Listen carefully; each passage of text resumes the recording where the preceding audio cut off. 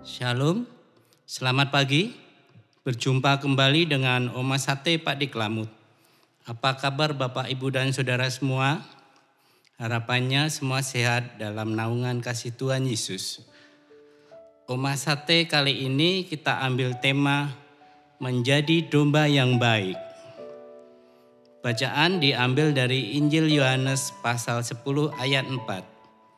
Jika semua dombanya telah dibawanya keluar, ia berjalan di depan mereka dan domba-domba itu mengikuti dia, karena mereka mengenal suaranya.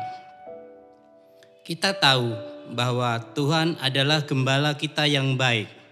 Gembala adalah seorang yang pekerjaannya menggembalakan domba-dombanya. Gembala yang baik adalah gembala yang mengenal suara domba-dombanya. Domba yang nakal, domba yang baik, domba yang cuek, domba yang sakit, dan lain sebagainya pasti dikenal oleh si gembala. Gembala yang baik akan memberikan nyawanya untuk keselamatan domba-dombanya. Injil Yohanes 10 ayat 15. Dia ada di dalam hidup kita untuk mengangkat, memulihkan, dan menguatkan hidup kita. Nah, bahasan kali ini bukan tentang gembala, tetapi sesuai tema mengenai domba, yaitu domba yang baik, Anda dan saya. Di dalam Injil Yohanes 10, kita dapat menemukan gambaran 3 tokoh penting, yaitu gembala, domba, dan serigala. Peran kita di dalam cerita itu adalah sebagai domba. Untuk memainkan peran kita dengan baik sebagai domba, kita perlu mengetahui ciri-ciri seekor domba. Domba tidak memiliki alat serang, penglihatannya rabun, hanya dapat melihat jarak dekat. Tidak pandai mencari makanan, mudah tersesat, sulit mengingat jalan. Dan jika terluka, perlu ada yang merawat. Jika tidak, mereka akan mati. Intinya, domba adalah hewan yang lemah dan tidak dapat hidup tanpa gembalanya. Domba-domba Tuhan adalah kita, orang-orang percaya yang menjadikan Yesus sebagai Tuhan dan Juru Selamat. Kalau kita domba yang baik, maka kita akan mengenal suara gembala kita, yaitu Tuhan Yesus, dan mengikutinya.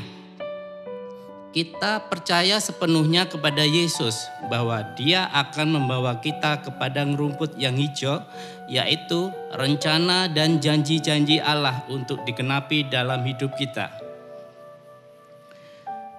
Di Norwegia banyak sekali domba liar yang tidak bertuan.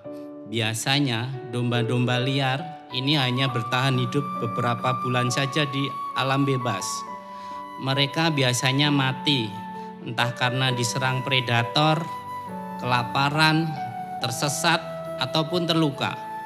Berbeda dengan domba yang diternakan, hidup mereka cenderung lebih lama karena ada yang menjagai mereka.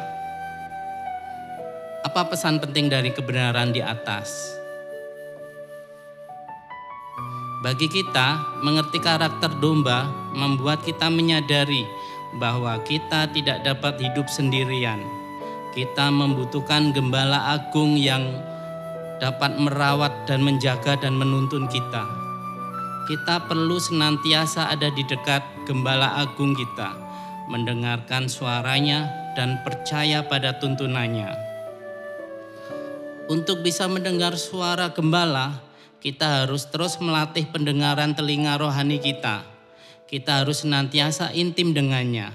Hal ini tercapai kalau kita senantiasa berdoa, membaca firman-Nya, dan terus bersekutu dengannya. Amin. Mari berdoa.